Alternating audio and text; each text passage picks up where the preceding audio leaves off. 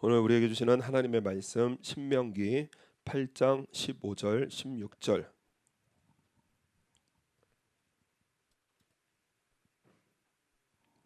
다 같이 읽겠습니다. 너를 인도하여 그 광대하고 위험한 광야 곧 불뱀과 전갈이 있고 물이 없는 간조한 땅을 지나게 하셨으며 또 너를 위하여 물을 굳은 반석에서 내셨으며 내 열조도 알지 못하던 만나를 광야에서 내게 먹이셨나니 이는 다 너를 낮추시며 너를 시험하사 마침내 내게 복을 주려 하심이었느니라. 아멘. 할렐루야. 하나님께서 그 이스라엘 백성들이 애굽의 노예로 고통받을 때에 우리 하나님께서는 그 부르짖는 그 고통의 소리를 들으시고 그래서 모세라는 그러한 인물을 통해서 이스라엘 백성들을 애굽에서 해방시키셔서 그래서 광야를 지나 적과 꿀이 흐르는 그러한 약속의 땅 가나안으로 우리 하나님께서는 인도하셨습니다. 그런데 이스라엘 백성들도 막상 광야의 길에서 먹을 것도 없고 마실 것도 그렇고 많은 시련과 고난을 겪다 보니까는 하나님을 원망하기도 하고 때로는 반역을 일으키기도 합니다. 왜 하나님께서 이런 광야의 길을 걷게 하시느냐? 이 광야 하니까는 우리 15절 말씀에 광대하고 위험한 광야, 불뱀과 전갈이 있고 물이 없는 그러한 이 광야를 걷게 하시느냐? 왜 만나만 먹게 하시느냐? 왜 이렇게 크고 두려운 광야를 걷게 하시느냐? 그래서 우리는 하나님의 인도하심 필요 없다. 애굽으로 돌아가자. 이러한 반역들도 있기도 했습니다. 그 이유가 무엇이냐면은 우리 하나님의 그 뜻을 몰랐기 때문입니다. 우리 하나님께서 이스라엘 백성들을 인도하신 광야의 길로 인도하신 이유가 무엇이냐? 오늘 우리에게 주신 말씀에 분명히 말씀하시는 것이 마침내 내게 복을 주려 하심이었느니라. 우리의 삶에 우리 하나님은 반드시 복을 주시는 하나님이십니다. 우리의 삶에 복을 주세요. 그래서 우리 하나님께서 저와 여러분을 향한 생각은 심판이나 저주나 그런 게 아닙니다. 하나님께서 우리를 향하신 생각은 복과 구원입니다. 우리가 복을 받기를 원하시고 구원받기를 원하시고 우리 하나님으로 친밀하여 우리 하나님으로 살아가는 것을 원하시고 그래서 15절에 그 17절의 말씀에도 보면은 재물을 얻게 하시려고 하셨다고 말씀을 하십니다. 그렇기 때문에 우리의 삶 속에 이 여러 모양의 광야를 만납니다. 그래서 때로는 경제적인 어려움을 겪기도 하고 또 가정 안에서 그리고 우리 후손들을 통해서 여러 모양의 우리 인생의 광야를 만날 때에는 우리 반드시입니다. 하나님의 뜻을 알아야 합니다. 그래서 하나님의 뜻으로 나를 새롭게 하면 그 길은 반드시 복이 되어집니다. 그래서 오늘 우리 신앙의 이 지혜를 우리가 바르게 우리 가져야 되는데 우리 하나님께서 광야를 허락하실 때 그 이유가 무엇이냐면 16절에 내 열조도 알지 못하던 만나를 광야에서 내게 먹이셨나니 이는 다 너를 낮추시고 너를 시험하사 마침내 내게 복을 주려 하심이었다. 우리 하나님께서 우리에게 복을 주시려고 두 가지를 먼저 시키십니다. 그 두 가지가 무엇이냐? 첫 번째가 너를 낮추시며 두 번째가 너를 시험하사 이렇게 말씀을 하십니다. 우리 하나님의 복을 받는 사람은 이 낮추시다. 다시 말해서 겸손한 사람에게 우리 하나님은 복을 주십니다. 그래서 성경을 보면은 우리 하나님께서는 겸손한 자를 구원하시고 겸손한 자에게 은혜를 베푸시고 겸손한 자를 아름답게 하셔서 그래서 우리 하나님께서는 겸손한 자를 통하여 우리 하나님께서는 영광을 받으십니다. 잠언서 18장의 말씀에 보면은 사람의 마음의 교만은 멸망의 선봉이요 겸손은 존귀의 앞잡이니라. 그러니까 우리 하나님 앞에 복을 받는 복된 신앙의 모습은 바로 겸손입니다. 그래서 한번 말씀을 드린 적이 있지만은 우리 이 교만과 겸손을 우리가 아주 이 정의를 하면은 우리가 보통 겸손 교만하면은 사람을 중심으로 봅니다. 그래서 사람이 좀 잘난 척하고 그리고 좀 에라소운이 하고 자기 자랑 심하고 사람 뭐 깔보고 그러면은 아, 저 사람 교만한 사람이야 이렇게 말을 합니다. 또 어떤 사람은 좀 착하고 친절하고 그리고 이웃 잘 섬기고 그리고 자기를 낮추고 뭐 나는 아니에요, 나 아무것도 아닙니다 하는 이러한 사람들을 보면은 또 사람이 아, 저 사람은 겸손하다 이렇게 말을 합니다. 저는 잊지 못할 겸손한 사람을 보았습니다. 한 부잣집 그 여성 어른이신데 서울에서 가장 좋은 동네에 사십니다. 그리고 정말 가격 들으면 깜짝 놀랄 정도로 아주 최고의 맨션에 사십니다. 그런데 그때 연로하신 그 목사님, 한국에서 그 같이 계셨던 목사님을 모시고 가면은 항상 뭐라고 그러시느냐, 아이고 이 누추한까지 오셔서 감사합니다 이렇습니다. 이 누추한 곳에 오셔서 감사하다, 아유 여기까지 막 이러면서 그렇게 감사하다 그래요. 그리고 식사를 하게 되어지면은 상다리가 부러지는 게 뭔지를 보여주십니다. 그래서 그냥 있는 대로 차립니다. 그러고 나서 뭐라고 하시느냐, 아유 차린 거 없지만은 많이 드세요 이렇게 얘기를 합니다. 얼마나 겸손하신 분인지 모르겠어요. 이 겸손하신 모습이 이것이 물론 좋은 모습입니다. 그런데 이것은 우리 인간적인 상식의 겸손입니다. 혹은 유교적인 겸손입니다. 그래서 나를 낮추고 상대를 높이고 이게 겸손이에요. 물론 좋은 겁니다. 그런데 하나님께서 원하시는 겸손은 무엇이냐? 우리 하나님께서 원하시는 겸손은 우리 한번 따라가겠습니다. 범사에 하나님을 인정하라. 이것이 겸손입니다. 내 모든 범사에 하나님을 인정하는 것이 바로 겸손입니다. 그러면 교만은 무엇이냐? 바로 내 모든 범사에 하나님을 인정하지 않는 것이 바로 교만입니다. 시편 10편의 말씀에 보면은 악인은 그 교만한 얼굴로 말하기를 여호와께서 이를 감찰치 아니하신다 하며 그 모든 사상에 하나님이 없다 하나이다. 그러니까 교만은 하나님이 안 계신 겁니다.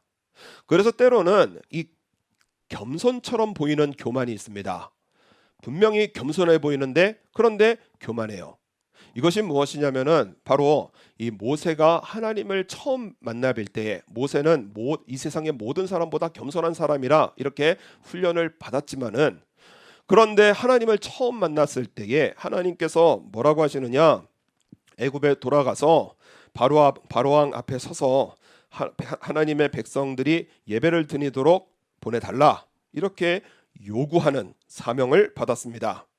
당연히 뭐 바로 왕이 허락하지는 않겠지만은 하나님께서 심판하신 후에 그 다음에는 보낼 것이다 이러한 사명을 받았습니다. 이게 모세에게 쉬운 일이 아닙니다. 그죠? 이제 막 하나님 만났는데 그 하나님 믿고 애굽 왕 앞에 가고 백성들 내어놓으라. 이게 입이 안 떨어지는 거예요. 그러니까는 이 모세가 사람들이 날 믿지 않으면 어떡하지? 바로 왕이 나를 들어주지 않으면 어떡하지? 그래서 이 주저주저 하고 있으니까는 하나님께서 그 모세의 지팡이를 뱀으로 변하게 하시고 또 손에는 문둥병을 바라게 하셨다가 치료하시면서 이러한 기적들을 보여주시면서 모세에게 이 믿음의 힘을 더하여 주셨습니다.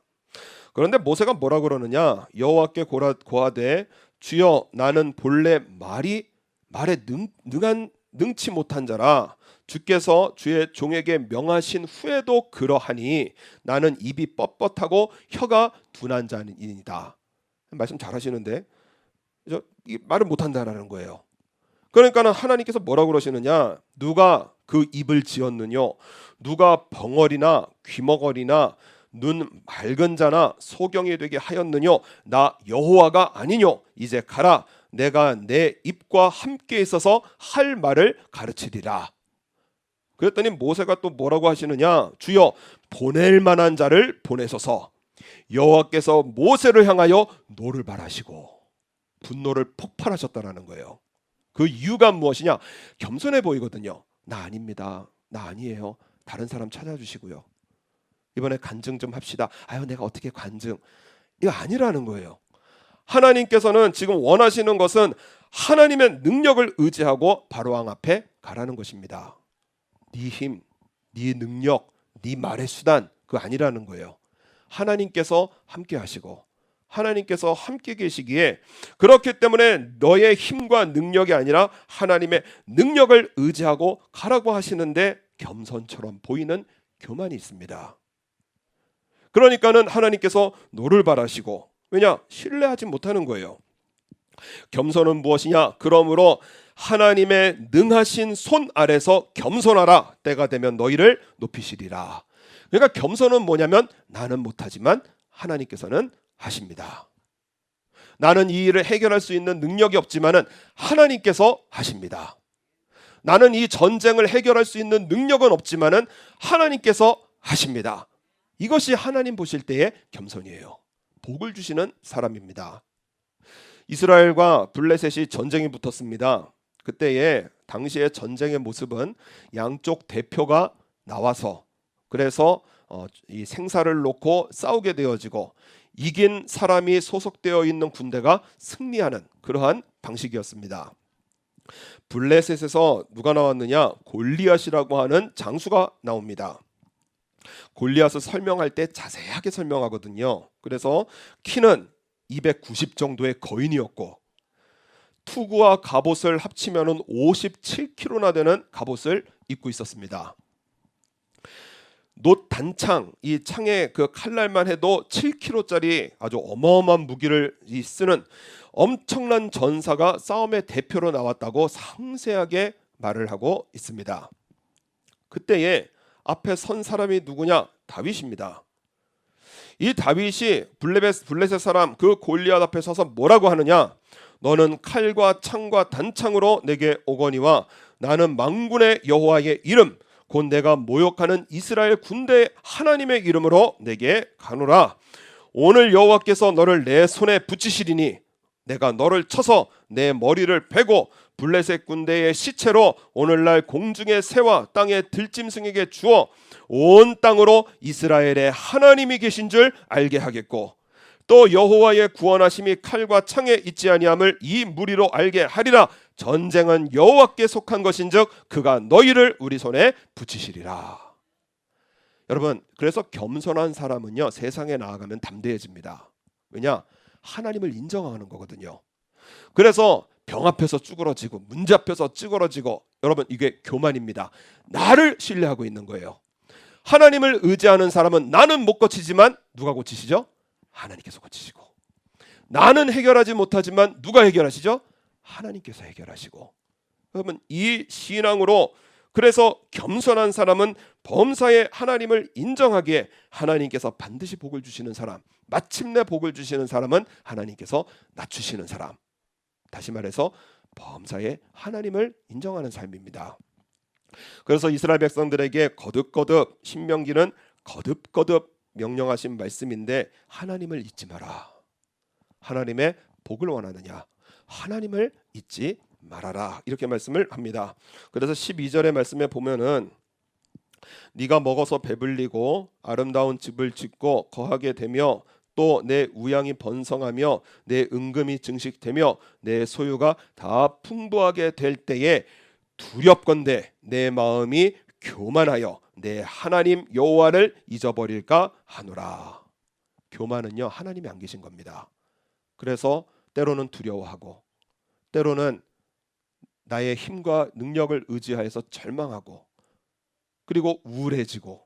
여러분, 이 모든 모습을 벗어내야 되는 것이 바로 하나님 앞에 겸손한 것이고, 이스라엘 백성들이 이 광야의 40년 길을 걸으면서 먹을 것 하나조차, 마실 것 하나조차 하나님만을 의지하게 만드셨어요. 그래서 만나를 먹이시고, 그래서 이 바위에서 물을 내셔서 철저하게 하나님을 인정하는 것을 하나님께서 원하셨습니다. 또 하나의 모습이 무엇이냐? 너를 시험하사. 하나님께서 이 우리의 삶 속에 시험을 하시는데 어떤 시험을 하셨느냐? 우리 2절 3절 말씀 보면 그 시험이 기록이 되어져 있습니다. 2절과 3절.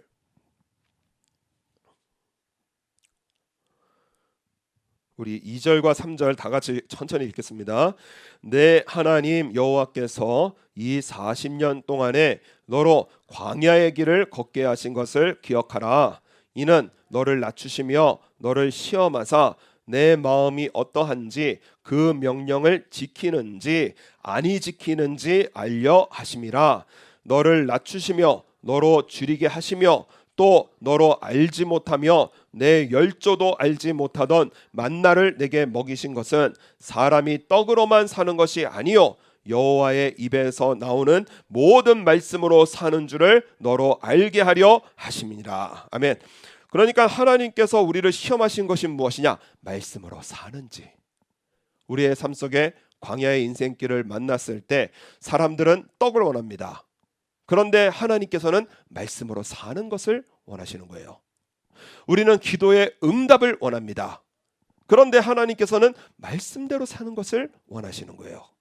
내 병 낫게 하옵시고 이 인생의 문제 고쳐주시옵시고 나 그러면 하나님 의지하고 하나님 신뢰하며 감사 예물하고 뭐 해주시면 아니라는 거예요.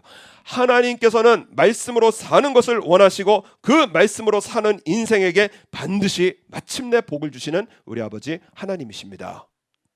그래서 예수님께서 산상수훈에서 말씀하시는 것이 너희는 먼저 그의 나라와 그의 의를 구하라.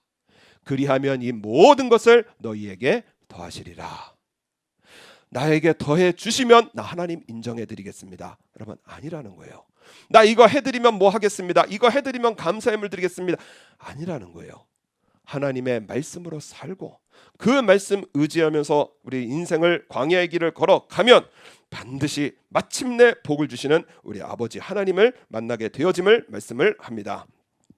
그래서 광야를 걷다라는 그 책에서는 우리의 삶을 두 가지 인생으로 표현을 합니다. 그래서 사람은 어떤 인생을 살아가느냐? 산을 올라가는 인생이 있다는 거예요. 산을 올라가는 인생이 있다. 그리고 또 하나가 무엇이냐? 광야의 길을 걷는 인생이 있다. 두 가지를 표현을 합니다. 우리가 어떤 삶을 살고 있는지 이것을 바르게 판단하는 것이 너무나 중요하다는 거예요. 그래서 사람들은 이 세상은 산을 오르려고 합니다. 그래서 부자가 되는 법, 그리고 성공하는 법, 그리고 내 삶의 소원을 성취하는 법, 그리고 취직하는 법, 뭐 좋은 결혼하는 법, 이런 이 산을 올라가는 듯한 정상을 차지하는 그러한 이 인생에 대해서 말을 합니다. 그래서 대표적으로 지그지글러라는 분의 이 책을 보면 정상에서 만납시다. 그러니까 인생의 정점 팍 찍고 성공하는 인생으로 우리 만납시다. 뭐 이런 책들이 베스트셀러고요. 성공하는 사람들의 7가지 뭐 법칙 습관 뭐 이런 책들도 베스트셀러고요. 그래서 돈 잘 벌고 성공하고 취직 잘하고 결혼 잘하는 그러한 삶에 대해서 가르치는 이 자기계발서들이 베스트셀러 상위 부분을 차지를 합니다. 그런데 인생은 하나님께서 우리에게 가르쳐 주시는 인생은 결코 산을 오르는 인생이 아니라고 말씀하시는 거예요. 취직하면은 다 되는 것 같습니다. 좋은데 취직하면은 마치 정상을 찍는 것처럼 이게 그런 느낌을 받습니다. 그런데 취직이 끝이 아니라 직장 생활이 기다리고 있습니다. 하루하루 걸으면서 살아야 돼요. 내가 그토록 꿈에 바라던 그이와 결혼을 합니다. 그래서 결혼, 한임은 얼마나 행복한 그런 결혼식이에요. 그런데 결혼 후에는 무엇이 기다리고 있느냐? 결혼 생활이 기다리고 있습니다. 말 그대로 광야의 길이 기다리고 있는 거예요. 이 광야의 길을 걸어오면서 살아가는 것이 바로 결혼 생활이 되어집니다. 아이를 낳으면 그토록 원하던 아들을 낳으면 다 되는 것 같습니다. 그런데요, 저는 아이를 키우는 것을 보면서 세상의 모든 어머니를 다 존경하기로 했습니다. 얼마나 힘든지요. 저는 세상의 모든 어머니를 존경을 하기로 했어요. 그래서 아이를 키우는 것을 보면서 미국에 계신 저희 어머니에게 전화 걸어서 낳으시고 기르시느냐 수고하셨습니다. 제가 말을 할 정도로 얼마나 힘든지 모르겠어요. 그죠? 다 공감하시잖아요. 맞아 하시면서. 그러니까는 출산은요 산을 오르는 것 같지만 그래서 정상을 받는 것 같지만은 진짜는 무엇이냐? 육아. 그죠? 아이를 기르는 광야의 길이 기다리고 있는 것입니다. 취직도 결혼도 성공적인 삶도 중요하지만 직장 생활, 육아 생활, 결혼 생활, 인생이라는 것은 길을 걸어가는 것이 훨씬 더 중요한데 세상은 그것에 대해서 침묵합니다. 무조건 산에 오르라는 거예요. 우리 하나님께서는 이 신명기서를 통하여 그리고 이 출애굽한 이스라엘 백성들의 이 광야의 길을 통하여 우리에게 명확하게 말씀해 주시는 것이 무엇이냐? 하나님의 백성은 산을 오르는 인생이 아니라 광야의 길을 걷는 인생에 대해서 말씀을 합니다. 그래서 인생의 광야의 길을 만날 때는 우리는 무엇을 하느냐? 오늘 나와 함께 계신 하나님의 말씀에 귀를 기울이면서 살아가는 것입니다. 하나님의 말씀에 귀를 기울이는 거예요. 끝이 보이지 않는 광야의 인생길을 걸어가야 되는데 이스라엘 백성들이 속이 상하는 것은 무엇이냐? 왜 우리에게 집 안 주십니까? 왜 우리에게 은과 금을 안 주십니까? 왜 우리에게 풍요한 이러한 소유를 안 주십니까? 광야는 지나가야 되는데요. 광야는 지나가면서 빨리 지나가야 되는데요. 이스라엘 백성들이 왜 안 주십니까? 왜 안 주십니까? 속이 상하는 거예요. 하나님께서는 너희들이 원하는 것은 약속의 땅에서 다 준다. 오늘 12절 말씀 보면 네가 먹어서 배불리고 아름다운 집을 짓고 거하게 되며 또 내 우양이 번성하며 내 은금이 증식되며 내 소유가 다 풍부할 때가 반드시 온다라는 것입니다. 여러분, 우리의 지금의 기도의 제목에 하나님께서 반드시 복을 주십니다. 반드시 복을 주세요. 그런데 우리 광야의 이 인생길에서는 황금 한 덩어리가 필요한 것이 아니라 물 한 통이 훨씬 더 중요한 거예요. 인생의 삶을 지나갈 때 여러분, 돈도 중요하고 건강도 중요하고 뭐 우리의 소유가 많아지는 것도 중요하지만은 인생의 광야길을 지나갈 때는 나의 생수 대신 예수님으로 살아가는 것이 가장 중요한 것입니다. 그래서 인생의 광야의 길을 갈 때 뭐 해주옵소서 주옵소서 주옵소서가 아니라 나 예수님으로 살게 하옵소서, 이 기도가 필요한 때예요. 나 예수님으로 살게 하옵소서. 여호와의 입에서 나오는 모든 말씀으로 사는 줄을 너로 알게 하려 하심이니라. 우리가 알고 있는 인물 중에 정말 요셉, 생각하면 생각할수록 신비한 그러한 신앙의 인물입니다. 두 가지 광야의 인생길을 만납니다. 노예가 되고 죄수가 되어집니다. 그런데 요셉은 이 족장 시대에 하나님을 만난 경험이 없습니다. 아브라함도 하나님을 만났고 그리고 이삭도 야곱도 하나님을 만나고 말씀 듣고 힘과 용기를 얻을 때가 있었는데 요셉만은 하나님을 만난 경험이 없습니다. 딱 꿈 2번 꿨어요. 그런데 요셉의 삶은 무엇이냐? 광야의 길을 걷게 되어질 때 그 꿈으로 말씀하신 하나님으로 사는 일에 집중을 합니다. 그래서 노예가 되어졌을 때에 인생의 광야의 길에 이 광야의 크고 두려운 광야의 길이 펼쳐질 때에 그 주인이 여호와께서 그와 함께 하심을 보며 또 여호와께서 그의 범사에 형통케 하심을 보았더라. 노예가 되어졌는데요, 너 왜 이렇게 잘했니? 하나님께서 지혜 주셨습니다. 너 왜 이렇게 잘했니? 하나님께서 내 손에 능력 주셨습니다. 너 왜 이렇게 아주 잘하니? 하나님께서 하셨습니다. 보디발 장군이 요셉의 그 하는 말을 듣고 하나님께서 함께 하셨구나, 이것을 알게 되어지는 겁니다. 또 요셉이 죄수가 되어집니다. 그랬더니 여호와께서 요셉과 함께 하시고 그에게 인자를 더하사 전옥에게 은혜를 받게 하시매 죄수가 되어졌는데도 하나님으로 늘 살아가게 되어지면서 오직 오늘을 예수님으로 산 것밖에 없어요. 그런데 어느 날 하나님의 때에 광야의 인생길이 끝나고 하나님께서 마침내 복을 주셔서 그래서 요셉은 총리가 되어지고 이스라엘 백성들의 구원의 그러한 대표적인 인물이 되어집니다. 당신들이 나를 이곳에 팔았으므로 근심하지 마소서, 한탄하지 마소서. 하나님이 당 생명을 구원하시려고 나를 당신들 앞서 보내셨나이다. 그러므로 우리가 광야의 인생길을 걸을 때는 우리는 예배드리는 일밖에 할 게 없는 거예요.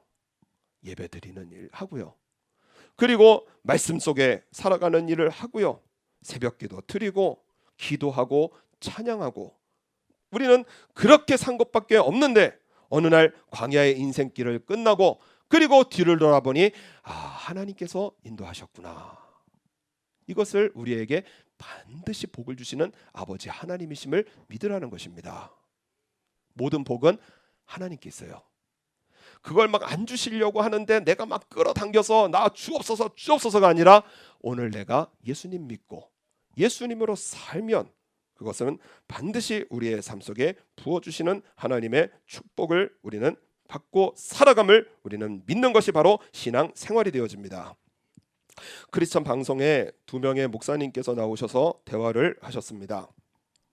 선후배 관계이신데 선배되는 목사님께서 후배되는 목사님께 물었습니다. 당신은 그 트리플 크라운을 다녀오지 않았습니까? 이게 무슨 말이냐면 트리플 하면 셋입니다. 크라운은 왕관인데, 그런데 이게 2단에 빠져 있었다라는 것을 그냥 비유적으로 말을 하는 것입니다. 당신은 트리플 크라운, 다시 말해서 2단 세 곳에 빠져 있었지 않았습니까? 그런데 어떻게 교회로 돌아와서 그래서 신학교를 가게 되어지고 또 목회자까지 되었습니까? 이것을 물었습니다. 이 후배 목사님은 2단 세 군데에 아주 깊이 심취해 있었습니다. 교회에 다녔는데 교회에서 나와서 신천지에 빠지게 되어지고 이 신천지에서 다시 하나님의 교회라는 2단에 빠졌다가 마지막으로 통일교 찍고 그리고 예수님 영접하고 교회로 돌아와서 예수님 영접하고 신학교에 들어가서 목사가 된 아주 특이한 인물이십니다. 왜 그런 인생길을 걸어왔느냐? 이분이 하루는 몸이 안 좋아서 병원에 갔는데 병에 걸려서 죽음을 앞둔 상황이 되어졌다는 거예요. 사람들이 교회에 오는 이유를 아십니까? 쉼을 얻기 위해서? 아니죠. 집에서 자는 것이 낫죠. 위로를 얻기 위해서? 아니죠. 사람들을 만나는 것이 더 낫죠. 사람들이 교회에 오는 이유가 무엇이냐? 구원에 대해서 듣고 싶어서 옵니다. 그런데 병에 걸려서 죽음을 앞두게 되어져서 교회에 와서 구원에 대해서 들으려고 하는데 교회에서 그 답을 못 듣겠다라는 거예요. 교회에서도 늘 하는 말이 세상에서 열심히 살아라. 하나님 잘 믿으면 성공한다. 하나님 잘 믿으면 잘 된다. 그래서 긍정의 힘을 말하고 유머를 말하고 위로를 말하고 하나도 도움이 안 되더라는 것입니다. 그래서 다른 곳에서는 무엇이 있나? 그래서 신천지를 가봤는데 세상에 신천지에서는 끊임없이 구원을 말합니다. 끊임없이 구원을 말한대요. 끊임없이 다음 세상에 대해서 말을 듣고 희망을 줍니다. 물론 3번이나 바꿨던 이유도 그렇지만 나중에 보면은 거짓이기에 허무맹랑한 더러운 물과 같은 말들이지만 사람들이 목이 마르니까 더러운 물인지 깨끗한 물인지 모르고 그렇게 이단에 심취해 있다는 거예요. 그런데 어떻게 교회까지 와서 목사가 되었느냐? 병과 죽음의 인생의 그 광야에서 진짜 복음, 진짜 말씀을 추구하게 되었는데 통일교에서도 하나님의 교회에서도 신천지에서도 그 진실을 들을 수가 없었습니다. 마지막이라는 마음으로 죽기 전에 다시 한번 교회를 찾게 되어졌는데 죽음을 앞둔 상황에서 드디어 영혼으로 들려지게 되어지더라. 정확하게 믿어지게 되어지더라. 무엇을 믿었느냐? 병이 낫고 내가 원하는 것을 얻어야 하나님께서 계시는 것이 아니라 지금까지는 그러한 생활을 해왔다는 거예요. 병 낫게 해주시면은 하나님께서 계신 것이고, 그리고 내 병 낫게 되어지면은 감사함을 드리는 것이고, 내가 뭔가 인생의 문제가 풀리면 그러면 하나님께서 계시는 것이 아니라 병도 죽음도 하나님께 다 맡기고 오늘 예수님으로 사는 그 믿음으로 오늘을 살아왔는데, 그런데 어느 순간에 병은 다 낫게 되어지고 예수님께서 나와 함께 계심이 분명해서 진짜 이 복음을 전하려고 나 목사가 되었습니다. 뭔가를 해달라고 하는 것이 아니라 그 모든 만복의 근원이신 예수님께서 오늘 누구와 함께 계시느냐? 나와 함께 계신다는 것을 믿으라는 거예요. 이 믿음으로 인생의 길을 걸어가면은 우리 예수님은 치유의 권능자시고 만복의 근원이시고 십자가에서 우리의 모든 죄를 구속하셔서 저와 여러분에게 마침내 복을 주시는 복의 근원이신 우리 예수님께서 오늘 나와 함께 계시는 것을 믿으라는 것입니다. 그래서 인생의 광야의 길을 허락하시는 것은 무엇이냐?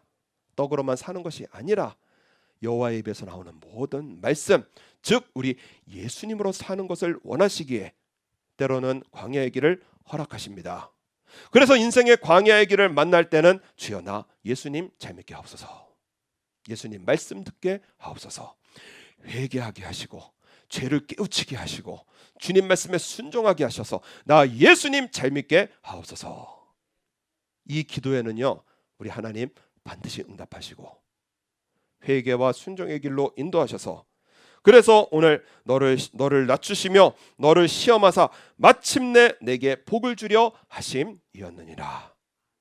마침내 복을 주시는 우리 아버지 하나님을 저 여러분 신뢰하고 있기 때문에 우리 모든 일에 하나님을 인정하고 겸손하게 우리 하나님의 그 말씀대로 사는 이러한 축복 속에 우리는 살고 있으니 우리 하나님을 인정하고 말씀대로 살아서 마침내 내게 복을 주시는 이러한 우리 하나님의 축복을 받아 우리의 간증이 넘치는 그런 복된 하나님의 백성의 삶으로 승리해 나가시는 저 여러분 되시기를 바랍니다. 우리 시간 다 같이 한번 기도하실 때 우리 한번 따라하겠습니다. 하나님, 나 예수님 잘 믿게 하옵소서. 우리 시간 다 같이 주님의 성을 한번 크게 부르짖고 나 예수님 잘 믿게 하옵소서. 이 시간 다 같이 마음을 아파요 우리 기도하도록 하겠습니다.